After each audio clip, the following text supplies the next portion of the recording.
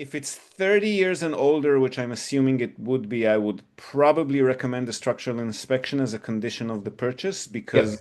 they're not really built to last in Japan. So once they Yeah. hit 30, 40 years of age is when things start to deteriorate a bit more rapidly. Yep. Um, Also, you want to watch out to see whether you're on city sewage or septic tank, which is not too bad. But if you're on the old, they call them night soil. It's basically a cesspool under the house, and it stinks. Yeah, I think I have seen some of the houses that I looked at did have that system. Yeah. So if you need to replace that with at least a septic tank, that'll be another million yen or so. Yep. If you can Okay. connect to city sewage, depending on how far the pipes run to your boundaries, it could be maybe 2 to 3 million, the plumbing work, depending on what. So maybe Yep. factor that into your consideration. Or we just focus on houses that are at least on a septic tank, but that'll limit your choices more.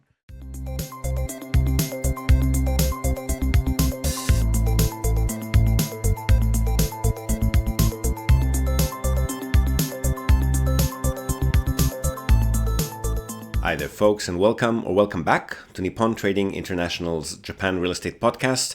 I'm your host, Ziv Nakajima again, and this podcast is brought to you, among others, by Emil Gorgies of realestate.jp. He's a Tokyo real estate agent who specializes in serving international or mixed nationality families who are looking for the perfect family home. So Emil's an Australian. He's been living here in Japan for over 2 decades now, and for about half of that time, he's been buying, selling, and managing real estate properties in Tokyo on behalf of his own family and a great many happy clients. And he also acts as a mortgage broker on behalf of his clients. So he's got dedicated loan officers in many of the Japanese mega banks.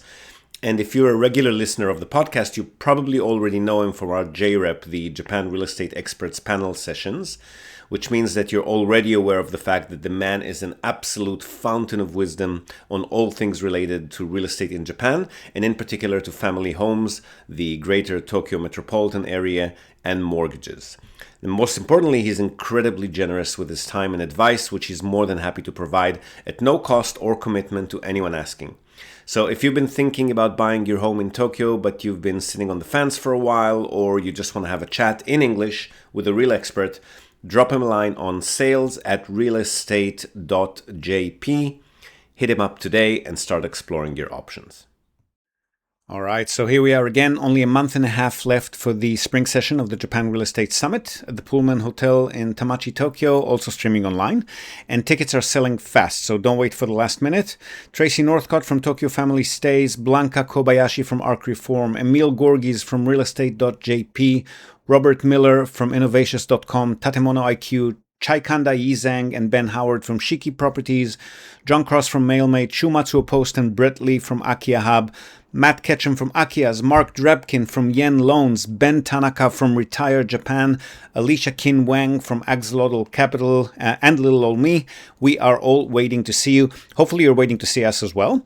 And aside from the amazing presentations, the private consultations, the hands-on workshops and breakout rooms, the Q&A panels, equally important, if not more so, all of our amazing community, all of you folks who have been coming back time after time, year after year, and a whole lot of new faces, bilingual real estate professionals, tax and financing professionals, Japan lovers, property market enthusiasts from all over the world will be there for the country's best and biggest industry event.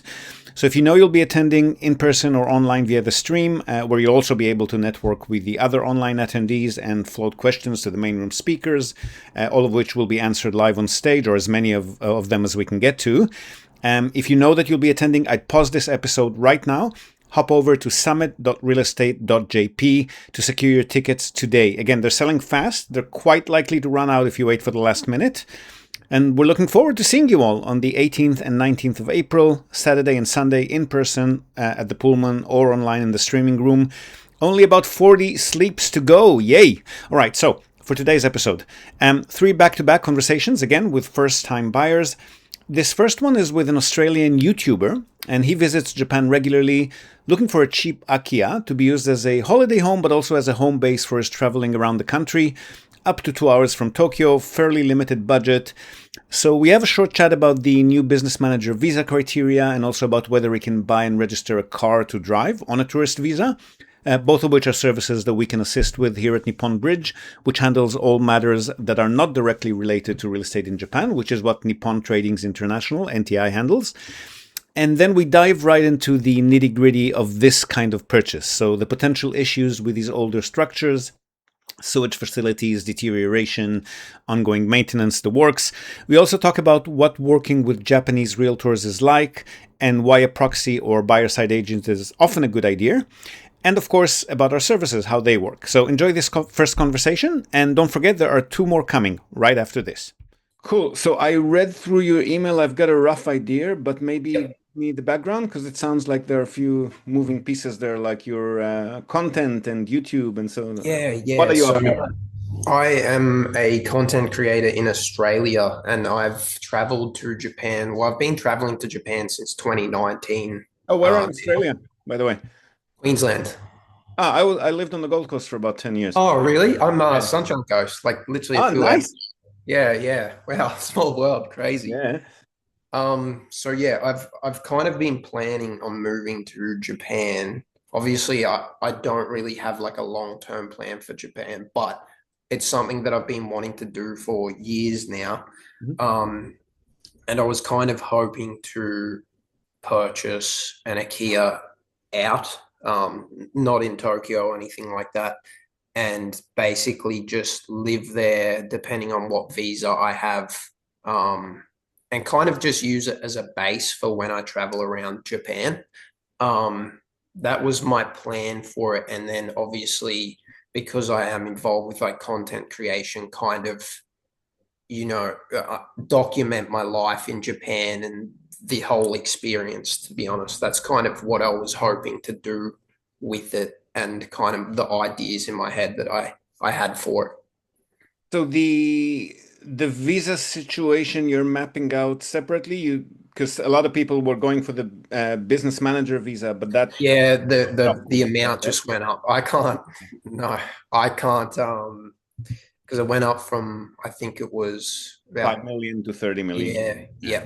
Plus a Um, bunch of other restrictions. So yeah. yeah, full-time employee. I think my initial plan right now is working holiday visa. Um, and then obviously over time, I travel to Japan at least once a year. I was there at the start of this year for about 3 months. So Okay. it's going to be something that I'm always coming back to regardless.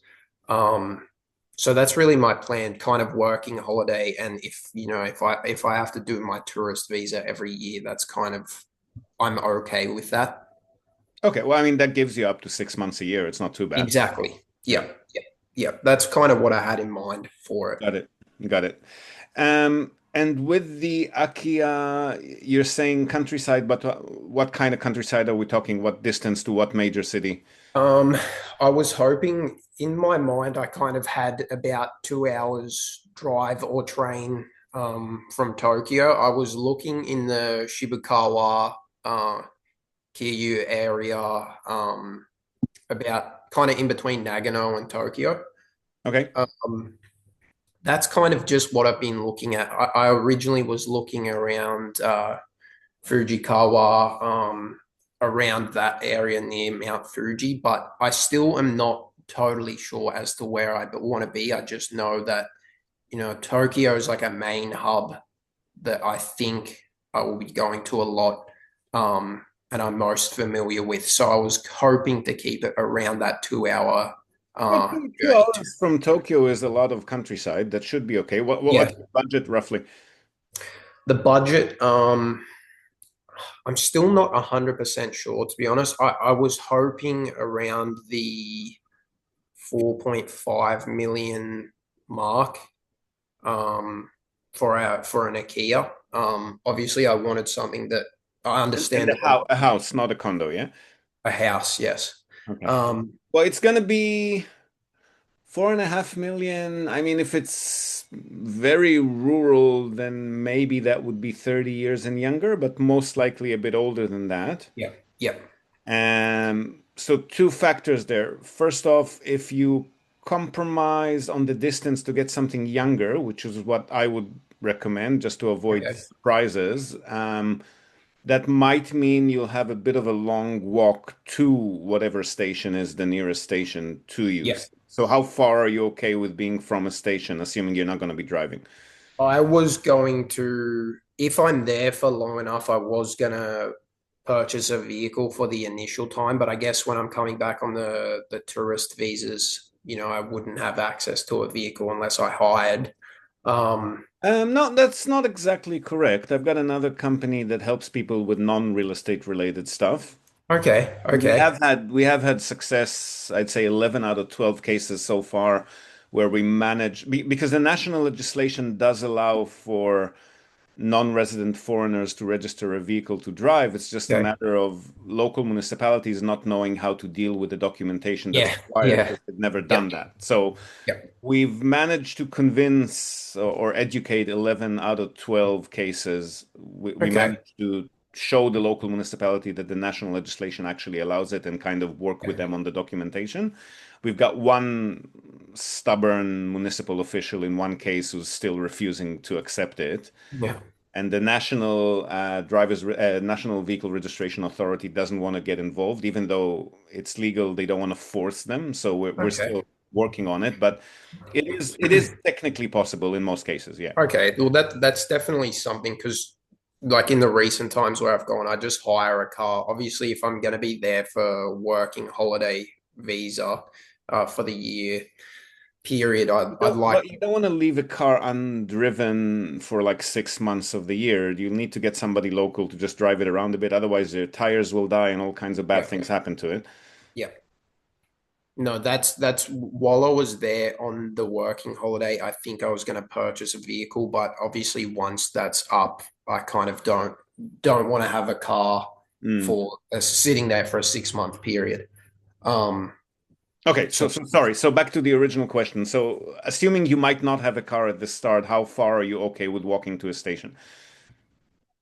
half an hour, 20 minutes. I'm Okay, okay. yeah, So then hopefully we can find something that's not going to be super old at that price, as long as you're yeah. okay with it being a little bit less convenient. Okay, yep, If it's 30 years and older, which I'm assuming it would be, I would probably recommend a structural inspection as a condition of the purchase because yep, they're not really built to last in Japan. So once they yeah, hit 30, 40 years of age is when things start to deteriorate a bit more rapidly. yep, Um, Also, you want to watch out to see whether you're on city sewage or septic tank, which is not too bad. But if you're on the old, they call them night soil. It's basically a cesspool under the house, and it stinks. yeah. I think I have seen some of the houses that I looked at did have that system. Yeah. So if you need to replace that with at least a septic tank, that'll be another million yen or so. Yep. If you can Okay. connect to city sewage, depending on how far the pipes run to your boundaries, it could be maybe 2 to 3 million, the plumbing work, depending on what. So Yeah. maybe factor that into your consideration. Or we just focus on houses that are at least on a septic tank, but that'll limit your choices more. Okay. So septic, prioritize septic over. Well, prioritize city sewage if you can, but Okay. the further away you are from a major metropolitan center, the more likely it's going to be at least a septic tank. There's just not going to be sewage available because they haven't Yeah. rolled it out that far. Okay. Yeah.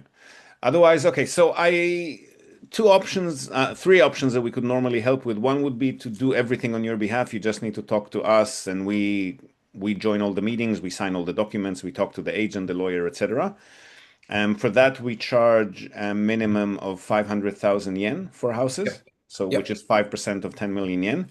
Yep. But that we're not going to be able to do until earlier next year. We're just recruiting and training.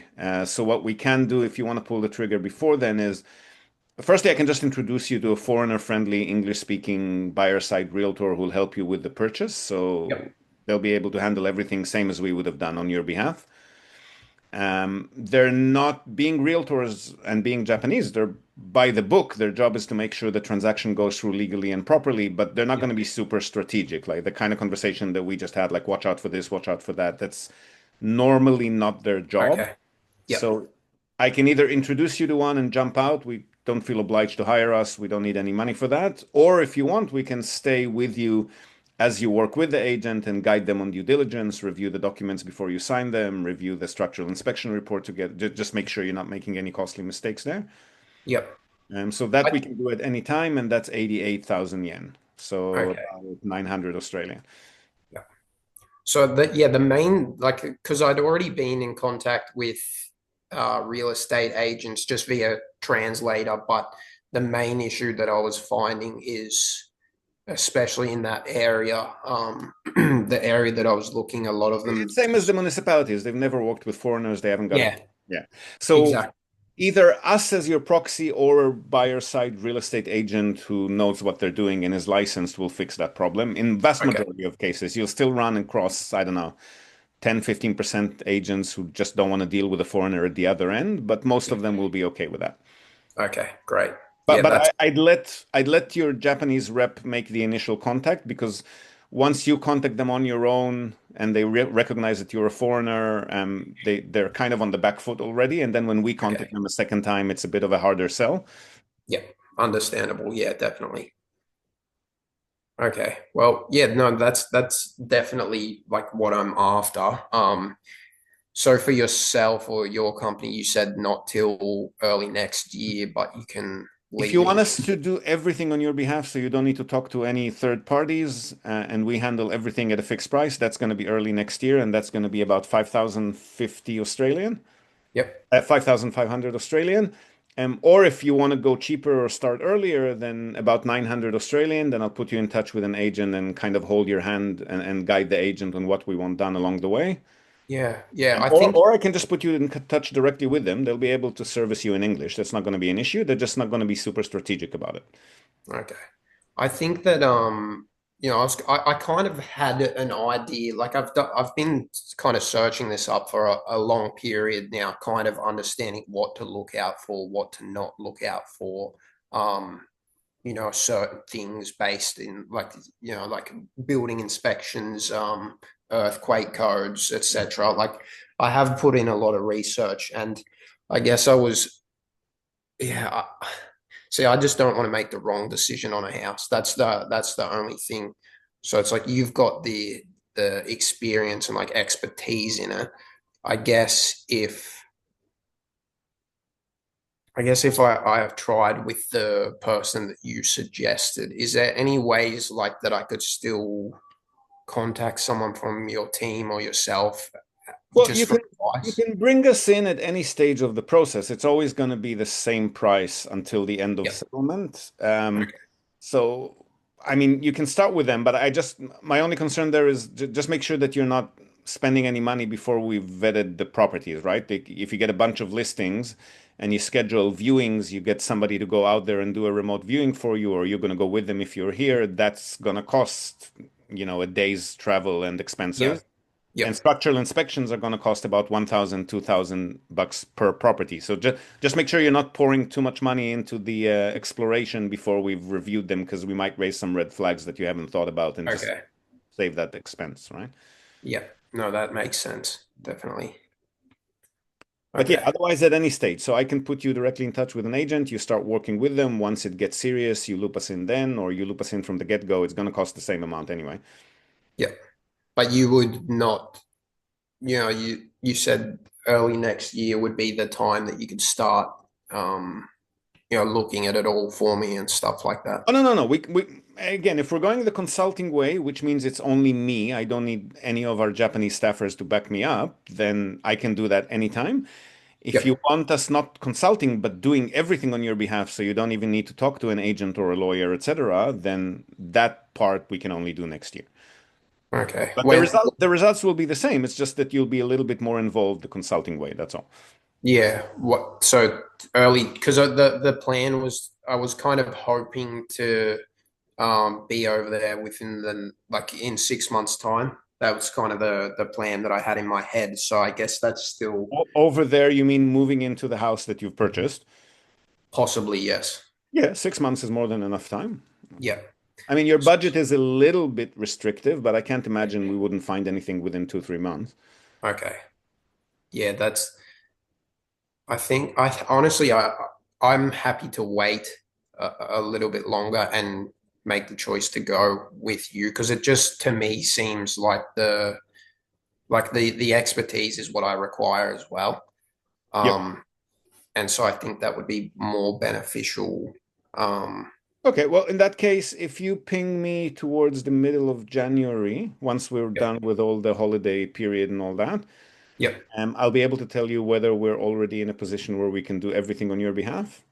yep. And if not, then we'll go the consulting way then if you want. You'll have the expertise either way. Again, the only difference is whether you'll need to be in touch with the agents and the lawyers and sign documents on your own, or we do it on your behalf. That's the only difference. The Okay. expertise will be there. I'll be with you every step of the way, whether it's consulting or full facilitation. Yep. Right.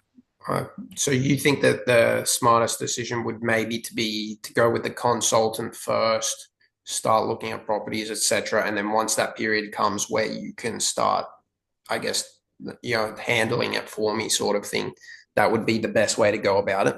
But you wouldn't need the full facilitation. If we're going the consulting way, then it'll be me advising and making sure that everything's done properly, and the agent will handle all of the logistics of the purchase themselves. Okay. So you wouldn't need to switch from one to the other. I guess it's just a matter of how hands-on you want to be and if you're comfortable spending a few thousands as opposed to a couple of $100, that's all. Yeah. No. Sorry, as opposed to about 1,000. Yeah. I think if you can send through the contact of the consultant, and then I will be in contact with them and kind of begin the process, I guess. Yeah. So what I'll do is, are you on WhatsApp at all? I am, yes. Okay, so I'll reply to your last email with just a blank signature that has my mobile number on it, Yep. and then you can just add me on WhatsApp, send me a little emoji or something, and then I'll kick off a WhatsApp chat group with whichever agent is most readily available. Great. Great. All right. Awesome. Well, thank you. Thank you very much. I appreciate you taking the time to speak to me. Oh, pleasure. Looking forward to helping you with that. Yeah. I'm really looking forward to it too. It's quite Awesome. the journey, but yeah. Cool. I'll talk to you soon, and then next time we talk, you can tell me more about your content and collaborations and stuff. We're always Yeah, definitely. Yep, all right. for sure. Talk to All you right. soon. Thank you very much. Appreciate Pleasure. it. Bye-bye. Bye. Now, if you're actively looking at property in Japan, you should check out Akiya Mart. That's AKIYA hyphen Mart, MART, akiyamart.com. It's the Zillow of Japan, built for buyers who are actively hunting for a home in Japan and want a much more Western-style web browsing experience than the typical local Japanese websites. Now, we've got an exclusive 30% off promo code for the Akiya Mart Pro annual plan. That's the one that gives you full access to Airbnb zoning maps, hazard maps, sold data, and over 500,000 listings nationwide at any given time. So if you're serious about buying in Japan and you want an easier way to search, this is the best tool that we know of. So you can use my code ZIV, Z-I-V, at checkout and get 30% off your Akiya Mart Pro annual plan at akiyamart.com.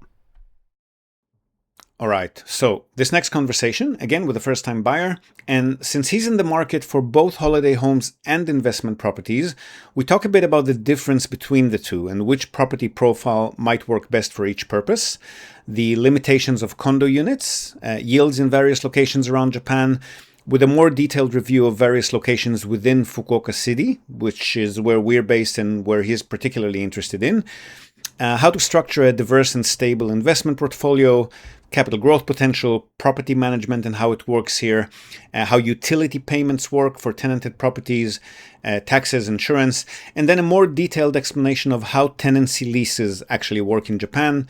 So we cover Japanese tenancy laws, inspections, renewal or cessations of leases, renewal fees, and so forth. And finally, the pros and cons of buying vacant versus tenanted. So nice deeper dive into what investment actually means when purchasing here in Japan and how it all works. Enjoy this chat as well. And again, one more call coming right after this. Okay, thank you. So I've gone through your email. You're talking about at one point you mentioned a holiday home, but then in another reply you wrote unit. So I wasn't sure if you're referring to a condo or a house. Yeah, so this is something I want to explore with you in regards to what type of properties that suits as well. I think what I have in mind is this is my first property or first investments in Japan. So what's something like just to get a taste of it and how to kind of work with property in Japan. So something that's like lower risk and less kind of hands-on. I watched a few videos of you talking about the different type as well, and just want to explore a little bit more and comparing between condo unit, which is a little bit less hands-on and less risk, Yeah, but where you've with mentioned homes a bit more. you're saying in sorry, can I interject with questions and stuff? Yep. Is it okay? So you mention investment and safe and so forth, but you're talking about a holiday home that you're going to be renting out when you're not using it. This is not exactly what I'd classify as an investment. This would at best maybe cover costs. Hmm. So that's the first Yeah, thing. Secondly, with condo units, you're not going to be able to lease them out short term. Even medium term, monthly would be challenging, but definitely not short term. I see. I see.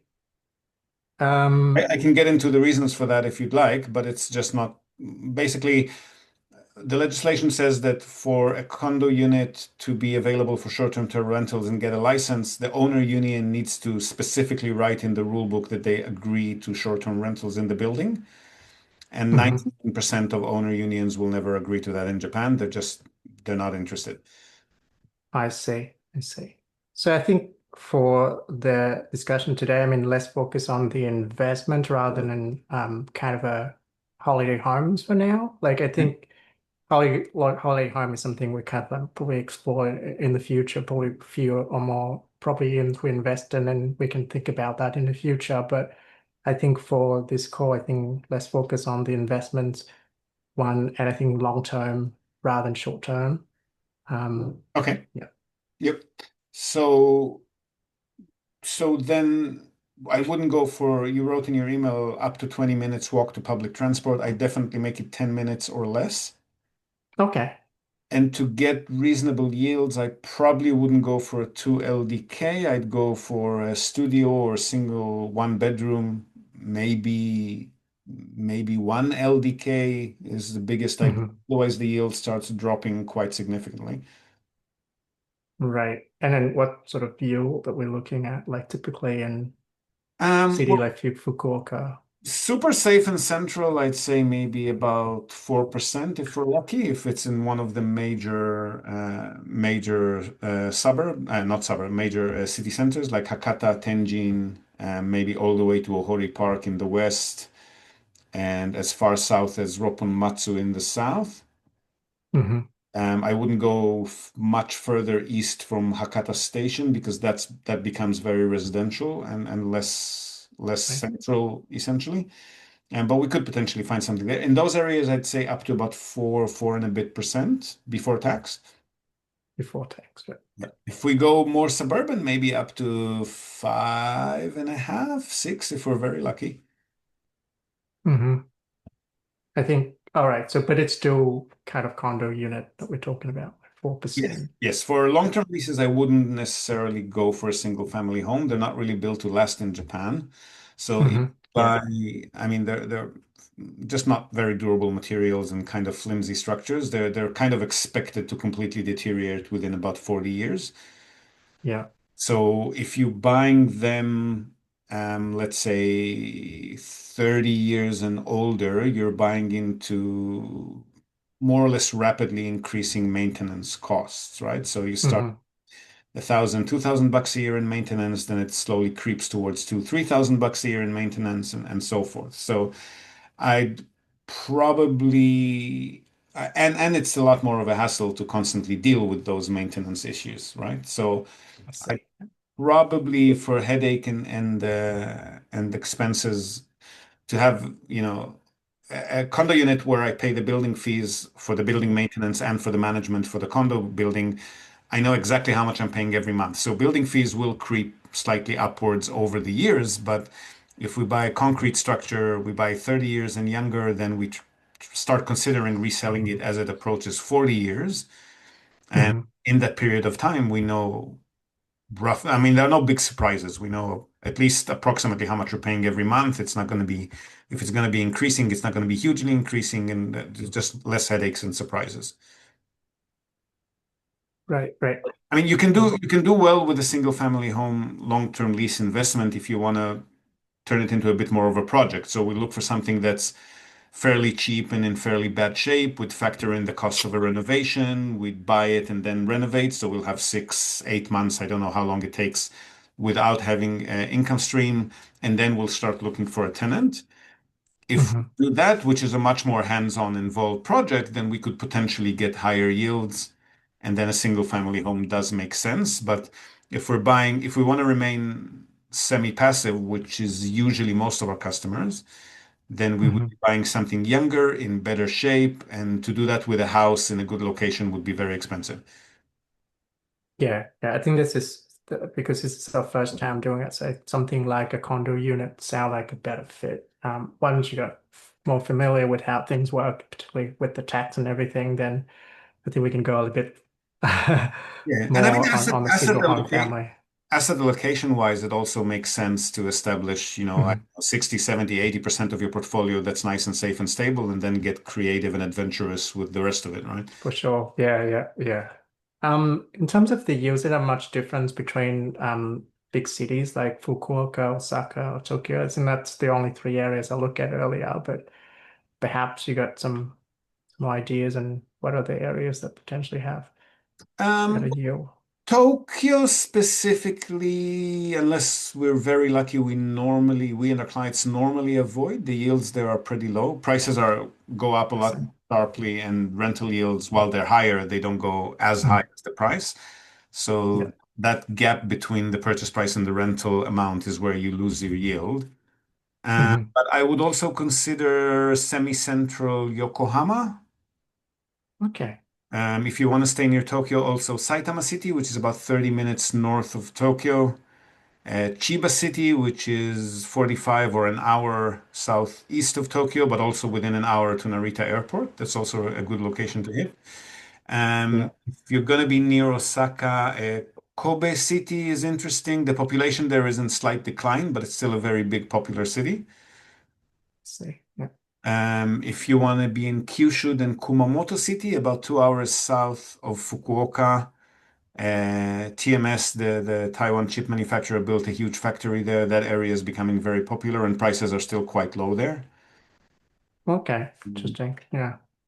And any prefectural capital, like the big city, the biggest city in an otherwise rural prefecture, like Kumamoto City, like Takamatsu City in Shikoku, um, or bedroom communities that are within 45 minutes to an hour from Tokyo and Osaka, for example.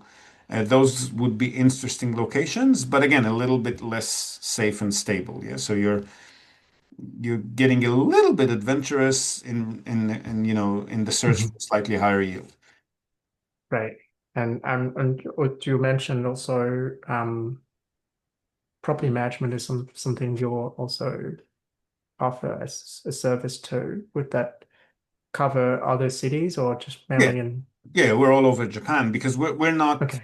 we're not the realtors handling the purchase, and we're not the property managers handling the management. We're outsourcing and managing third parties on your behalf. So we pick the best agents to Gotcha. work with in each city, the Yep. best property managers, and then we manage them for you. I see. I see. Makes sense. Okay. Cool. Um, with regards to yeah, cover the locations. Um, To probably cover price, I think. yeah. Yep. Um, in terms of tax, or maintenance fee for condo unit or utility as well. What's the typical cost? Is like how was it maybe utility, for example? Are they Utilities are on the tenant. all right? They'll be signing up for utilities and they'll be paying it. Some of the older Okay, buildings might not have individual water meters, in which case the owner union will be charging a fixed amount to each unit every month, and your tenant will be paying that as part of the rent. okay. But in that case, when the unit is vacant, you'll still need to pay those communal water fees. So that's maybe during a vacancy, that's maybe, I don't know, 15, $20 a month. Hmm. But once you have a tenant again, the tenant will immediately be paying for that themselves. Okay. Tax-wise, as long as you're under a net income of 485,000 yen from memory per year, you're tax-free in Japan. You still need to pay, you're from Australia, right? Yeah. Yeah. Yeah. You still need to pay the difference. So you'll bring in your zero tax statement from Japan, and then you need to pay whatever you need to pay based on your income threshold in Australia. Right. I see. Yeah. So if Yeah, you're that's up true. to with those units that we're talking about, depending on how old they are, but normally if you have a single condo unit that will be generating, let's say, 2,000-3,000 bucks a year, so you're going to be well under the reporting threshold. Once you expand to 2 or 3 units, then that'll be something to talk about. But tax in Japan is a lot lower than Australia. Hmm. Yeah. Yeah, there's Awesome. I think up to 20,000, like between 485,000, which is the minimum reporting threshold, and all the way up to 1.9 million, which is about 20,000 Australian. You just pay 5%, right? Once you go Hmm. on 20,000 all the way up to, I forget, Okay. but then it goes to 10%. It's a very gradual thresholds there. It's not gonna kill the bank. Right. And insurance requirements for these rental properties, are they A few hundred compulsory? bucks, few hundred bucks for a 5-year policy for a typical condo unit that we're talking about. Oh, So okay. a slightly older building in those cities. Let's say up to about 300 or 400 bucks a year normally for a 5-year. Oh, okay. Yeah. So I don't know, what's that? 80, 90 bucks a year. And then you want landlord Yeah. insurance in case the tenant dies in the property to cover you for the cleaning expenses and the reduced rent afterwards for 2 years. That's Yeah. about 100 bucks a year as well per tenant. Okay.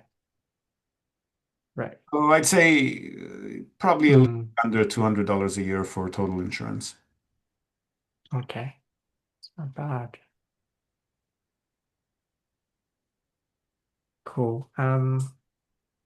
We go see if I have any other questions in here. Um, with regards to the rent, how long is the typical kind of contract would be like in for long term?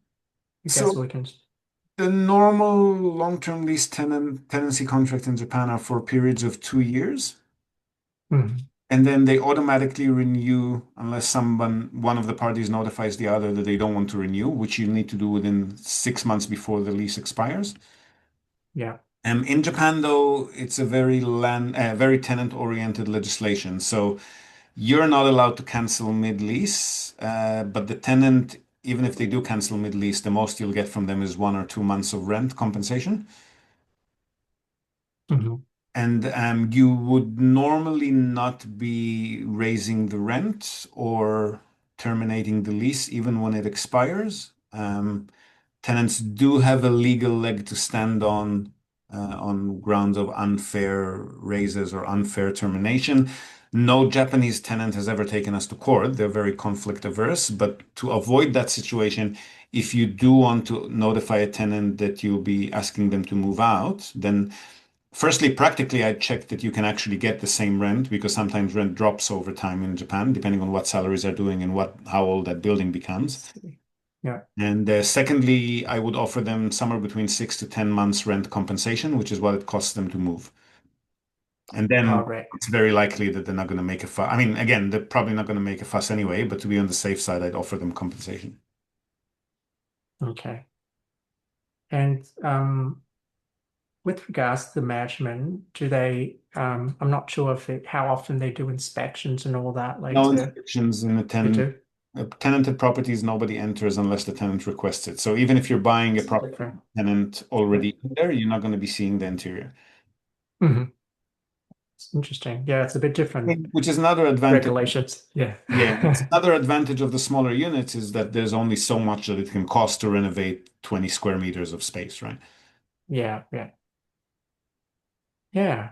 It's good. And with the renewal, would they typically incur any cost with the property manager Normally, or one renewing lease and it things like depends that? on the lease. So when you buy a property with a tenant already in there, which is what most of our clients like to do because they like turnkey and having income from day one rather than buying into a vacancy. So if Yeah. we inherit an existing lease with an existing tenant in place, then whatever that landlord had in place with the tenant, sometimes the tenant will be paying the renewal fee, sometimes it'll be the landlord. Normally it amounts to about 1 month of rent.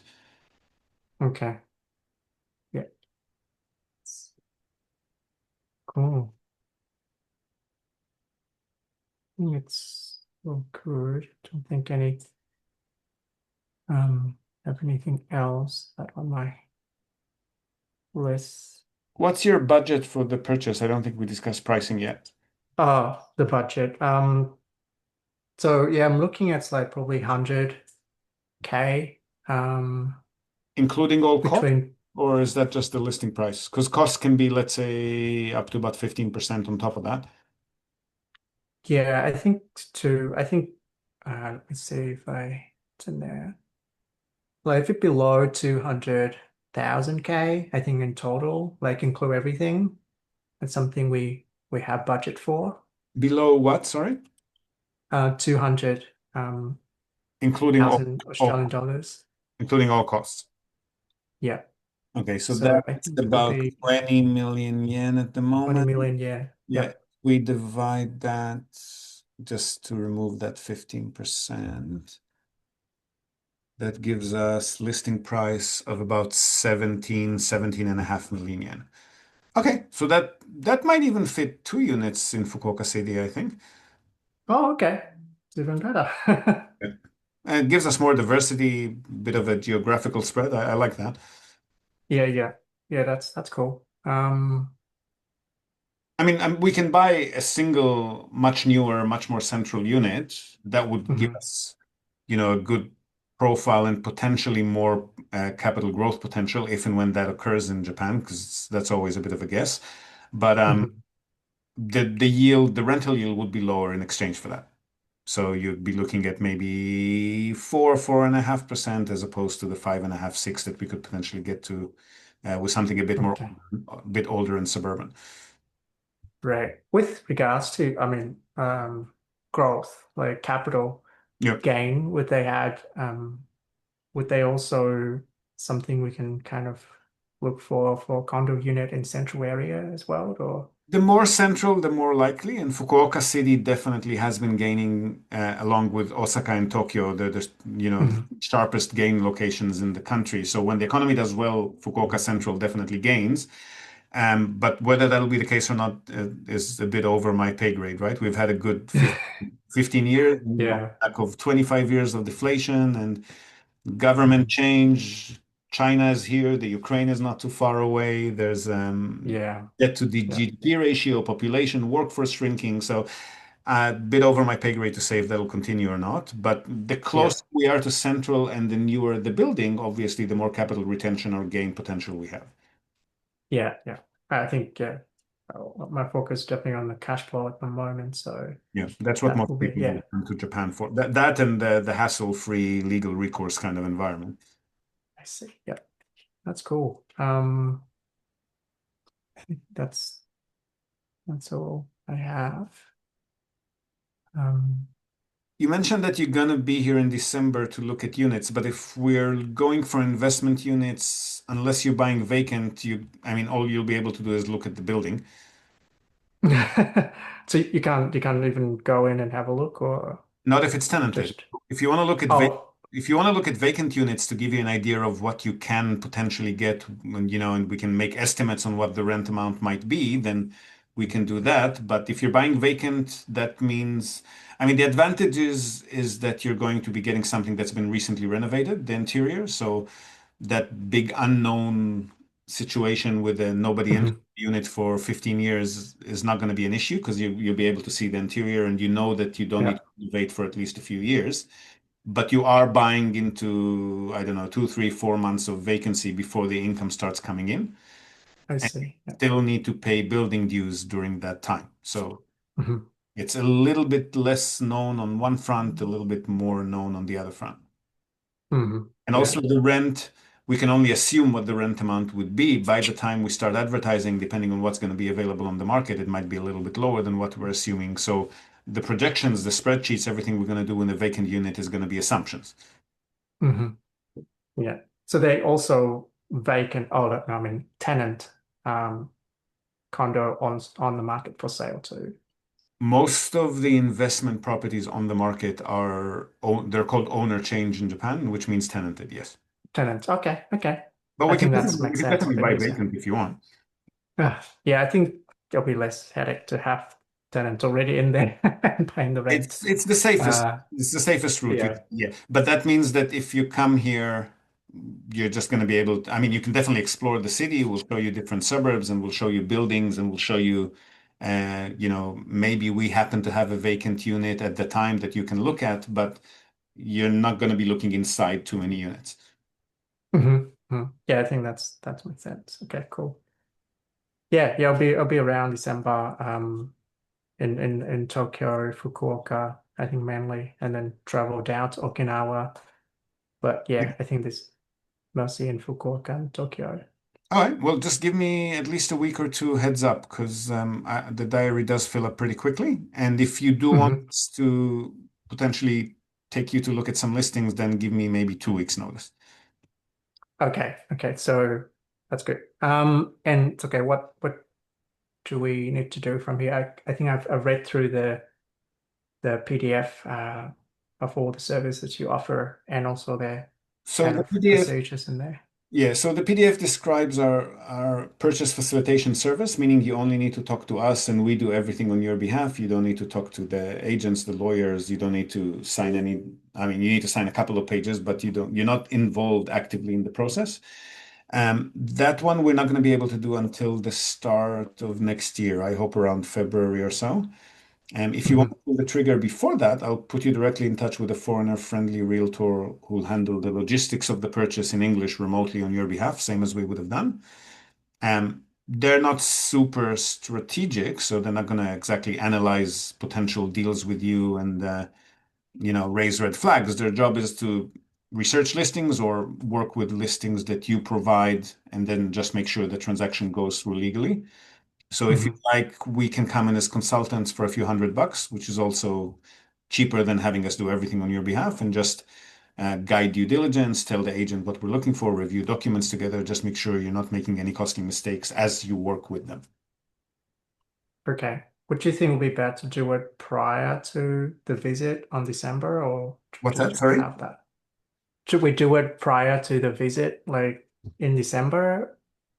Well, if you know Or you're going to be moving, in the next couple of months, then there's no reason not to. Then we'll loop in from now and we'll give them the criteria. We'll tell them exactly what we're looking for. And yeah, so I can, okay. I can either introduce you to them and jump out of the conversation. Don't feel obliged to hire us. Or Okay. stay on and consult as you work with the agent. I see. Yep. And if you want us So to good. if you want us to do everything on your behalf, so you just need to sign the bottom line kind of thing, that'll have to be February-ish next year. February.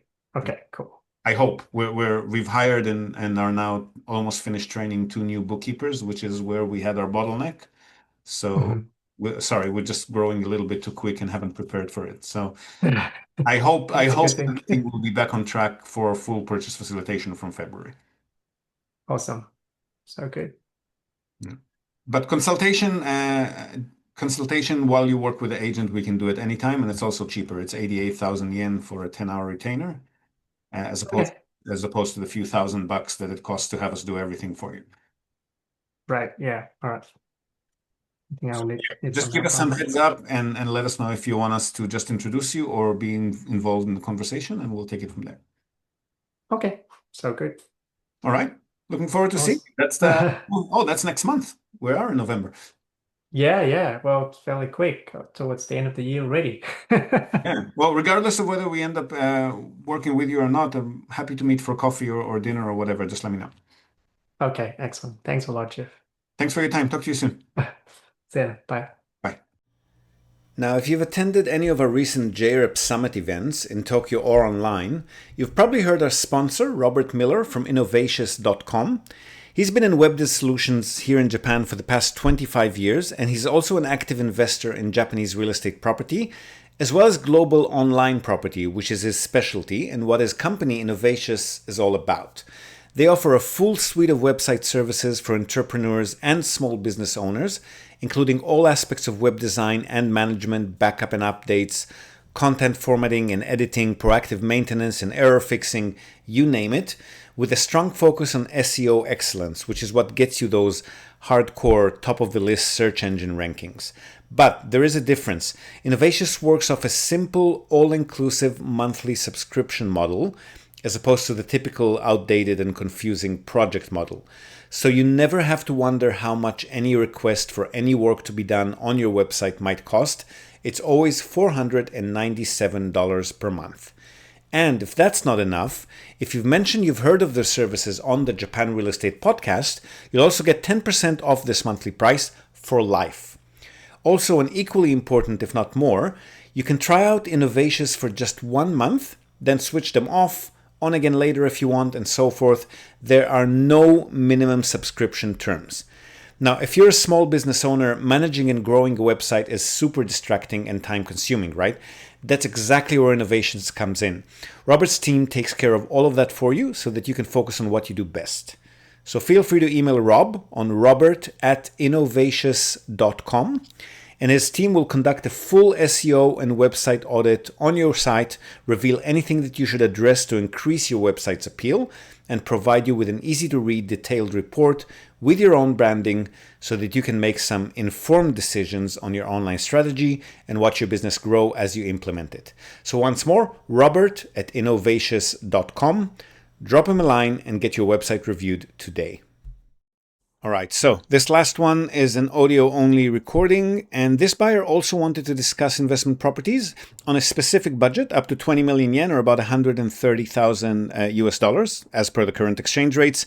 And so we discuss cash flow versus potential growth, which of these should buyers focus on when purchasing here in Japan, the yields advertised on property listings websites and how those are a little bit different or a lot different from real yields, insurance policies, what's covered by the tenant's policy as opposed to the landlord's, taxes again, accounting, bookkeeping, buying under individual versus corporate ownership, how to find relevant listings, buying buildings as opposed to condos or houses, which also led us to doing at least one live analysis together. And finally, we also talk about how soon investors can expect to gain their capital back to use for either scaling their portfolios or any other purpose. So enjoy this final conversation, and I'll see you again one last time on the other side. Cool. So I read through your email. You started off with a cheap holiday home, but then we ended up talking buildings, right? Pretty much, yes. I think I'm sorted on holiday home at the moment. Okay. And I guess really what I'm just trying to identify and see if it's even possible. Like my budget's around 20 mil. Yep. Could go a bit higher if, really a great place. But looking for something like a high yield investment, strong rental demand, low downside risk. Specifically in Nagano? No, I'm not fixed on okay. location. Yeah, hoping you just tell me where money works best. Ideally near like a major city or an employment hub. Probably cash flow first on this one, growth second, unless you tell me otherwise. I'm trying to obviously I would hoping never that you would. say, Japan being Japan, and even more so now with the new government, I would never recommend anything but cash flow here. Okay, all right, good. Yeah, I mean, look, the last 15 years have been good to property prices in most of the big cities, and recently they started kind of creeping upwards in the countryside too.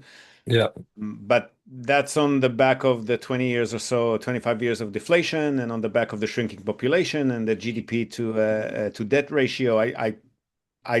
Too many headwinds. Okay, fine. Then that makes sense. Like I see some listings and they're listing like 20% yields and things like that. So I don't know how real they are or if they're just discounted because no one can get loans for them. Well, first off, the yield that they quote on the listing websites, especially if it's a condo unit, is very, very gross. Like it's not even close to net yield, even though they call it net yield. So it doesn't include the purchase costs. It doesn't include the property management costs. Sometimes it includes building fees for a condo unit, sometimes not. So I wouldn't. I'd punch those numbers into an Excel sheet. We can send you a template, and then that'll tell you what the real yield is, Got with it. without somebody managing it for. So, are you? You've mentioned setting up a GK. Are you based in Japan? Well, no, I'm in Hong Kong, and when I said that, I hadn't looked into it yet, but then after looking into it, it seems quite expensive. And I recall you told me last time that you guys have an account that you can accept payments. So therefore, I thought, well, why don't I just set up the Hong Kong company, purchase it through that, just more for the liability and insurance issues. And then that way, Liability, unless you're catering to tourists and hospitality properties, is usually not an issue in Japan. It's very much okay. the opposite of a litigative society. I was And more just worried the building collapses or something like that. And then at you're least you've insured for got that. that. You're Yeah. insured for that, and the tenants are insured for their own physical well-being and their property. The thing is that even if you're purchasing under a foreign company name, you still need to declare your taxes in Japan, and accounting and bookkeeping for a company is a lot more expensive than for individuals. Oh, right. Okay. So So would you're you recommend just putting it as an individual and no need of the company? unless you're doing anything, especially creative with it, definitely, yeah. Not really. Yeah. So if it's going to Okay. be, you're talking investment, you're talking 20, 25 million yen. So that's probably going to be a condo unit or a house if you'd like to buy into a project. And those would generate an income, if we say conservatively like 4 or 5%, it'll be like, half of that will go for the accounting and bookkeeping costs, because that's going to be like 2, 3 thousand bucks a year, right? Right. Okay. So maybe not then. Maybe just do the individual name. Yeah, it doesn't make a whole lot of sense now. Yeah. Okay. Okay. And then I was keen just to hear, like, would you source these places? Do you go through just listings, off-market Um, auctions? So one of several ways, if any of the agents that we're already in touch with and have done business with have got anything that fits your criteria, then they could potentially send us listings before they publish them online. So it's not really off market, it's just maybe a few days before they go online. And otherwise, we will be looking at the two major websites for investment are Rakumachi and Kenbia. We'll be looking on there. And when we contact the listing agents, it's a new listing agent for us. But if for any reason the property they've published is not quite suitable, then those agents as well will be able to look out for us, right? Okay. Yeah. Okay. So And then, either or, yeah. there's a bunch of channels. Okay. And then assuming you find like, the place, do you just do video walkthroughs or do you actually inspect it? Does someone in your team go out there? Well, if you're buying an investment property, depends on what you want to go for. A lot of our clients prefer to buy turnkey tenanted properties, in which case there is no inspection, right? Yeah. Because nobody can enter a tenanted property in Japan unless it's by the tenant's request.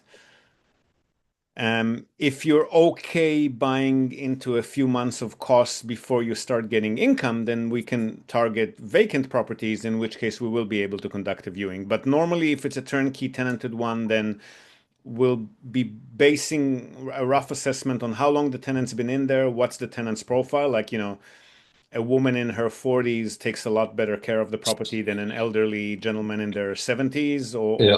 a young kid. And then, based on the maintenance request that they've submitted, if they've submitted any during their tenancy, that all gives us a rough idea of what sort of bill we can expect if and when they move out. Okay. Okay. And then in terms of due diligence, is that something that you guys just do before recommending it, or is it only after once you kind of move to sort of an offer, like say So, zoning and those sort of things? well, zoning, if you're doing long-term lease, zoning is not an issue. Anything that'll be on the market is in the right zone. Are you targeting houses, or are you okay with condo units? Oh, well, personally, sorry, I just gotta get my dog away. Yep. Um, Oh, I got personally, I cats. was I got cats here. They might jump into the frame at some point. that's all right. I was personally thinking more a building, like an apartment building. Like I was looking at ones For 20, online 25 million, what kind of in buildings are you looking at? so I saw one in Sapporo. There was it was a 4-bed apartment block in there was one there. there was a couple like 30 minutes from the Sapporo city, but obviously I don't know anything about the location, so it could be. Well, 30 minutes from Sapporo City. What sort of tenant base would you get there for long-term tenants? I don't imagine there'll be too many. I'm not sure, but this is, I guess, where I kind of look to you. Like, if this was your money, what would you do with it? I'd trust you. The buildings that we've seen and have purchased ourselves or on behalf of our clients usually start at around 40 to 50 million yen. Okay. And that means that it's going to be, because it's going to be at this budget, it's definitely going to be a wooden structure. It's not going to be a concrete block normally. Yep. And then if it's a wooden structure, we want to buy something that's 20 years and younger, because once they hit about 30, 35 is when the maintenance expenses start, increasing more rapidly. Yep. We want them to be within a 10-minute walk to a station. Okay. And we want them to be, like you said, in a city with a decent employment base, not like a, one pony kind of town with a single employer and declining Yep. population kind of thing. Yep. Those would tend to start at around 40 to 50, 45 to 50, I'd say. Got it. Okay. And obviously not central Tokyo, Osaka, yeah. Yeah. Okay. Now, Sapporo specifically, you want to factor in extra maintenance costs for the heating equipment. Right. An extra vacancy cost, because if you happen to lose a tenant just before or during winter, then you could be looking at 4, 5, 6 months wait until people start looking at property. Nobody likes to run around look at properties in the winter there. Yep. Okay. So in Sapporo, we'd probably target higher yield to compensate for that. Got it. Nagoya as well is very blue collar, so we do have more payment and vacancy, like sudden vacancy issues there. Yep. So there as well, we'd be aiming for higher yield. Ideally, if it's your first investment, I'd probably target semi-central Yokohama, Saitama City, the outskirts, not really the outskirts, but suburban Osaka, semi-central or suburban Fukuoka. Maybe Kumamoto, if you want to be a little bit adventurous, that town's been picking up quite significantly, and it's a smaller city, but it's got a very good profile, and prices haven't gone very much, very up, haven't risen that much yet. Okay. And you're thinking in those sort of locations, it would be more a house or. A house is a project. So if you're buying a house, first off, it means you're buying something with a bigger plot of land compared to a condo unit where you only get a fraction. Yeah. Which means that it's for the same budget, it's not going to be very central. It's going to be more suburban, a lot more suburban. And the other thing is that houses are not built to last. I mean, they are also wooden structures, but they're not nearly built to last as the small buildings do. Yep. So again, I'd aim for 20 years and younger in there as well. To get really good bang for your buck with a house, you probably want to buy something a little bit dilapidated and bargain and then start working on renovating it so that you can get a tenant in there who'd be comfortable there. Yeah. So you're definitely buying into some expenses, and then there's a bit of a question mark as to if they go well, then they could be higher yield than a condo. But again, there's a lot less known when you're purchasing vacant. Okay.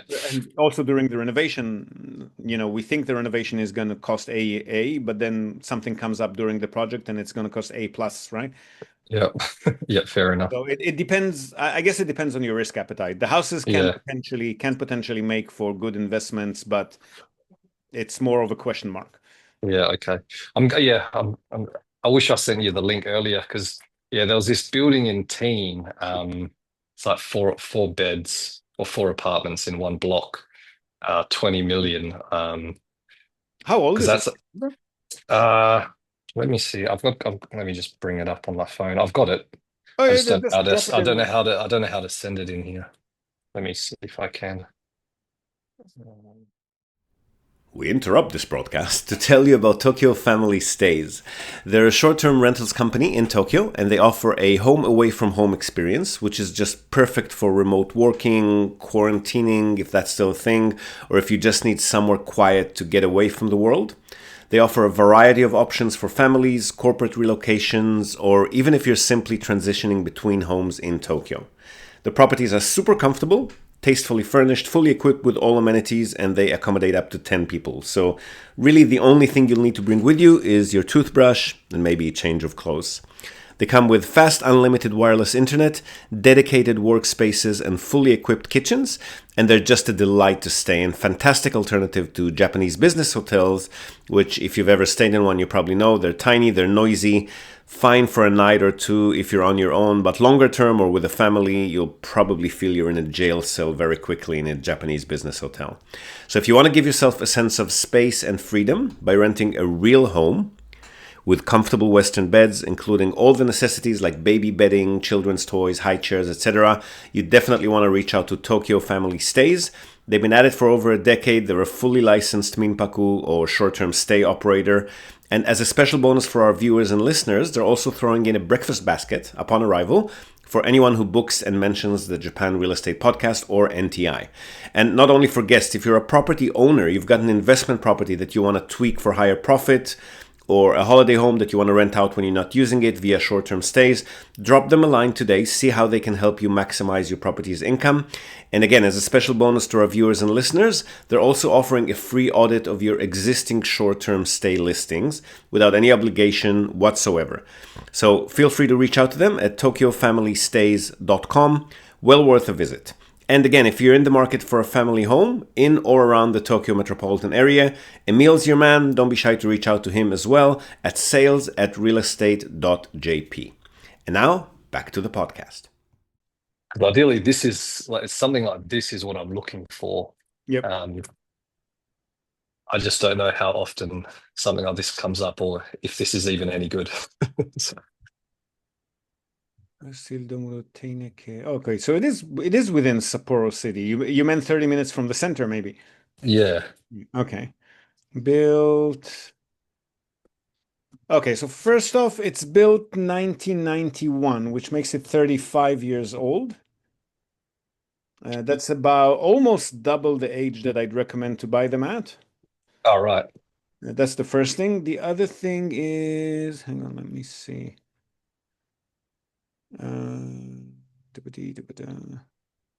Doesn't say how far to the station. Let me just drop that on the map.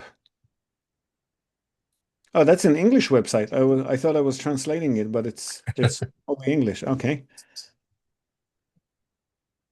I wonder why they're not writing distance to station. Let's have a look. Because ideally, I was thinking of a strategy, and you can tell me if I'm just dreaming. I'll get something like this. It says 20% yields in my head. All right. In 5 to 10 years, it pays off in between that period, assuming it's all full. And then I can then use that cash flow to then get the next one and just, start the portfolio that way. Well, you're not going to be able to yeah. qualify for loans in Japan. There's a first Yeah. step. Yeah. So Yeah, that's fine because then I was thinking like each time I'll just do something similar and then that because I'll buy this one in cash, this one would then pay off the next one plus the next one's rent. So you just keep accelerating over time. Well, how do you mean it'll pay off the next one though? It's going to take you. Oh, you mean you're going to get all of your capital back and then buy another one? Yeah, exactly.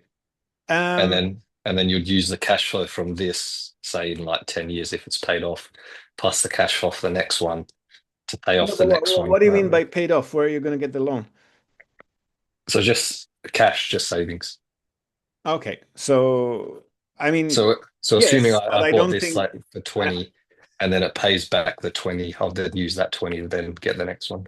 yeah, but I mean the best case scenario for us so far when we've been dealing with buildings was about 6.5%.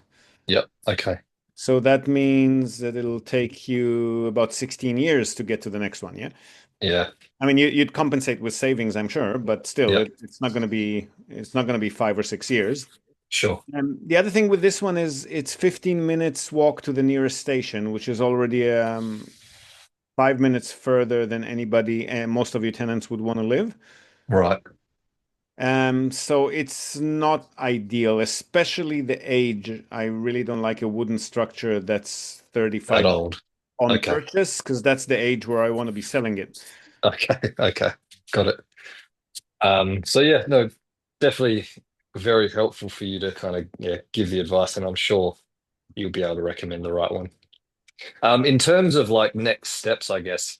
So I assume I sign a contract. Do I pay the fee up front, or is that after, or is there a partial payment, or how does that work?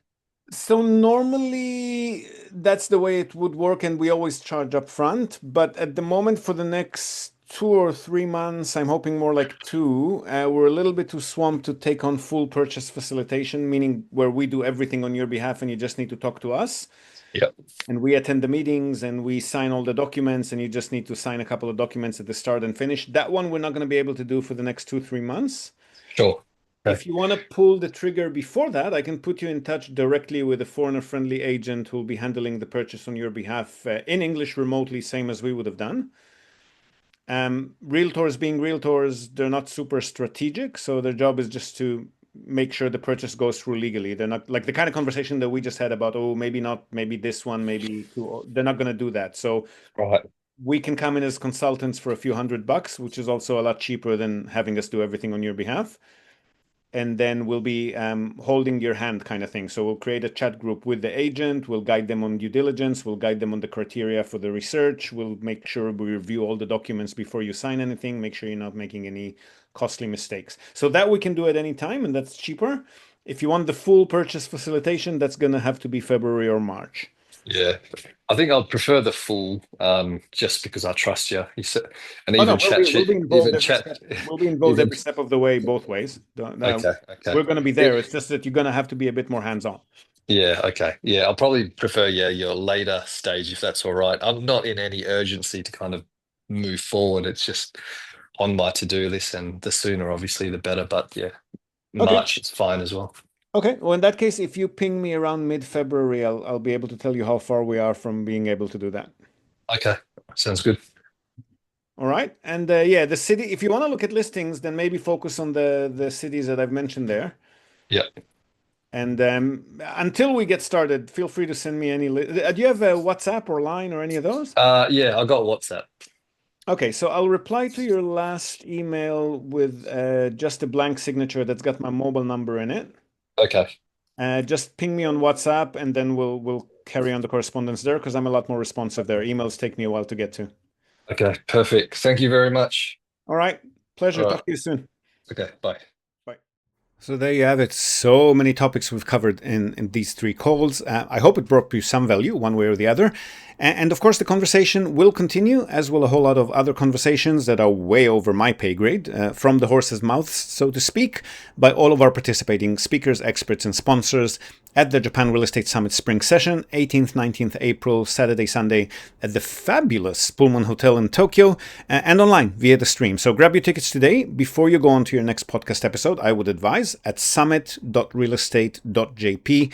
Again, tickets are selling fast. Not sure how many will be available if you wait for the last minute, and we cannot sell them on the day or at the door. So again, grab yours today. Now, we can't let you go without telling you all about Yen Loans, our latest sponsor. They're a new non-bank lender offering financing to non-residents of Japan for purchases of Tokyo condominiums, soon to be expanding to other major cities as well. So definitely hit them up if you're looking to purchase in Osaka, Fukuoka, Kyoto, or any other big city too. And that's for any purpose, whether it's a holiday home, investment rental, or a combination of both, without any requirement for residency, a Japanese bank account, a Japanese corporate structure, or representative director, any of these things, and with a streamlined application process too. So reach out to them through the link in our show notes and let them know that you found them on the Japan Real Estate Podcast. And if you're quick enough to be one of the first 10 completed applications, you'll receive a 25% discount. That's 50,000 yen off the 200,000 yen application fee. To qualify, apply through the link in our show notes again, or enter the code JREYL on their website, yenloans.com. And that's it from us for this episode, folks. Huge thank you for tuning in. Please do follow and subscribe to the show if this is your first time listening, and we'd love it if you could like and even share this episode with anyone you think might find interest in it. But even more importantly, we love hearing from you. So please let us know what you thought about this episode or the podcast overall in the comments section here on our social media channels. We've got a very active Facebook group and business page, both under the name Japan Real Estate on Facebook. And that's also the name and URL of our YouTube channel if you'd like to follow us there, Japan Real Estate on YouTube as well. And we'd of course appreciate your rating or review on Spotify or on the Apple Store or wherever you're tuning in from. Hope to have you with us again. Have a great rest of the day or night ahead. Yoroshiku.